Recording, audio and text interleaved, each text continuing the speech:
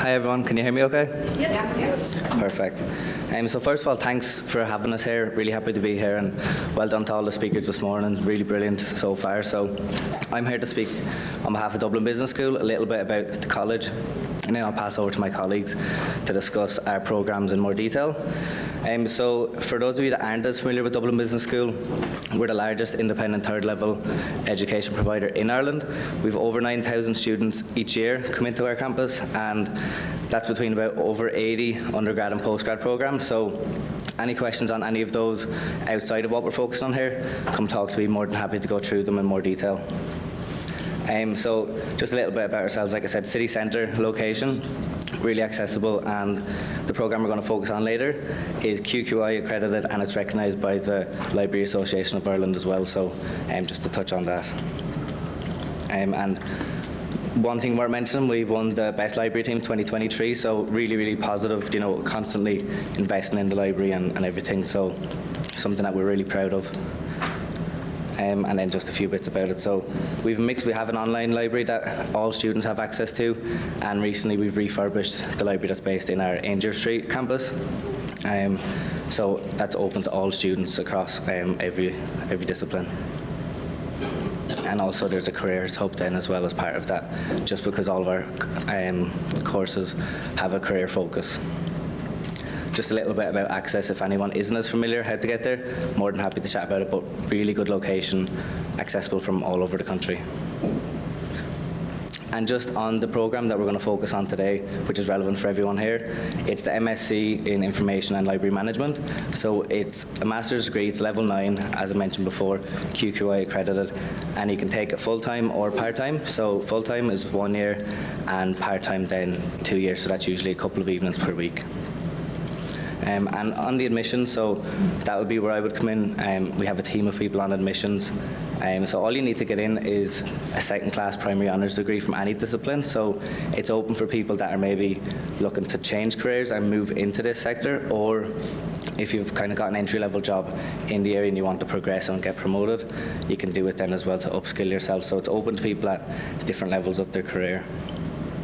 And like I said, we have a team that'll take you through the process in terms of what you need and everything like that. So I'll be down the back after if anyone wants to ask questions about how to apply, any inquiries about it, more than happy to go through that, payment plan options and everything there.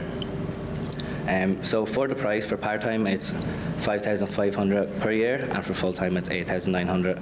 This covers the tuition, exams, registration fees, and it can be tax relief as well. So like I said, we have payment plan options, more than happy to discuss in more detail if anyone is interested. So I'll pass you over now to my colleagues just to go through the course in a little bit more detail, and they'll be able to chat through anything that you need there. Thanks. Thank you. Page down on this. Afternoon, how are you all? Thanks.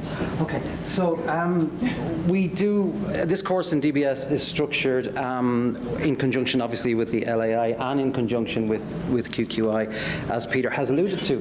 And as you already know, we have a lot of graduates in library services and indeed in retrieval, archival retrieval, for instance, the Law Society, and indeed they have taken up positions internationally. We have a very high proportion of our graduates that are and have found successful employment.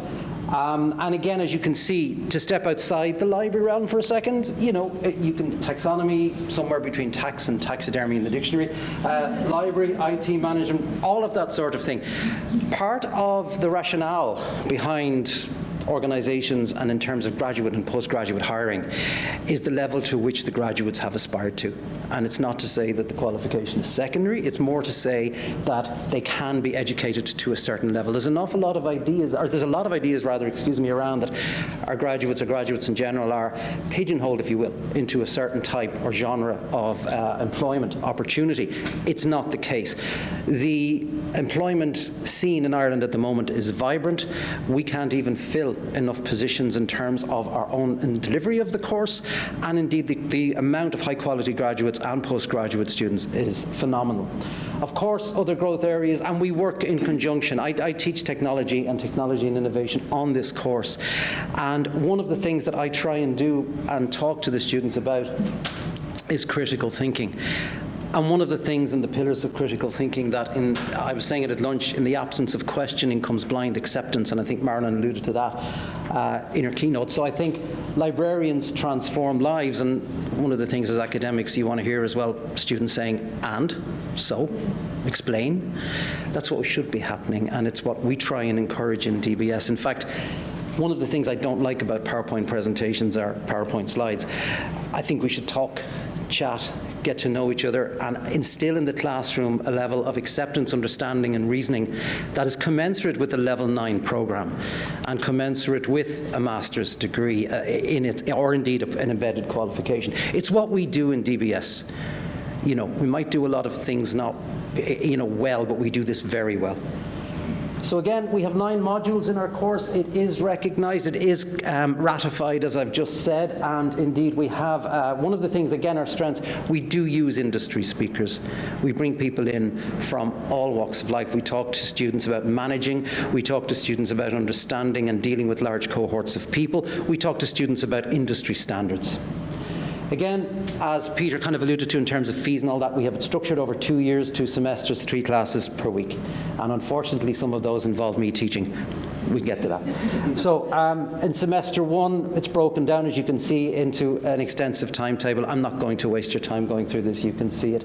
And one of the things, as I said, that we really look at is the holistic approach to this course. We do not teach and treat these, modules as independent silos. We bring it all together, and we try as best we can to encourage, again, critical thinking, but also the ideal that at master's level, it is absolutely incumbent upon the students to bring something back.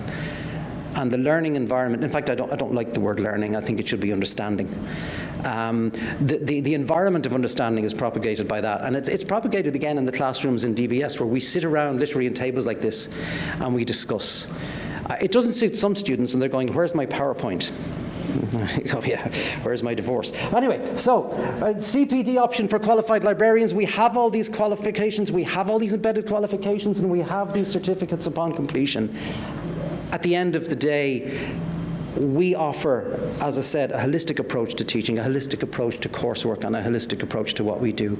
We have a structure in place where I, as assistant head of school in the discipline of computing, will have what we call program level managers, and then we will have our lecturers. And I'd like to introduce you to Miss Amy Hayes, who's a recent graduate of our master's degree in information and library services, and has taken up the role of program level manager and is absolutely doing an excellent job. So thank you very much for listening to me. I'm sorry for your trouble, and I'll pass you over to Amy now. Thank you. Thank you very much, Paul. That's absolutely fine. I'm not going to take up too much of your time. It's really just an introductory, to follow on from the introduction to the programme. It seems a bit strange to kind of plug this programme to a room full of librarians, but it's just to kind of reiterate what it is that we're doing. And again, almost seems a bit blasphemous to do this without acknowledging the fact that Marie and Jane are in the audience, who you guys weren't in the college when I was doing this course 2 or 3 years ago, but you were legendary then, and you still are now, and your legacy remains. Trevor, who I know I heard you talk about him earlier, and he's still doing wonderful things in the library, is the head of the library. And I only hope, I've only been in the role a couple of weeks. I've been in DBS since I graduated as the academic programs manager, but I've only taken on this role for a couple of weeks now, and I very much hope to not destroy what you've built and to continue to foster the ecosystem that you guys started, that grew underneath you, and that hopefully will continue to grow. There's different initiatives, there's different groups that are happening at the minute in terms of open access.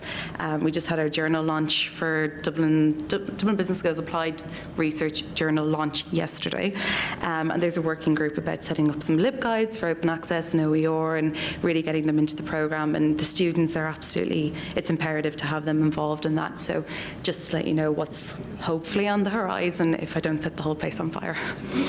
Thank you very much.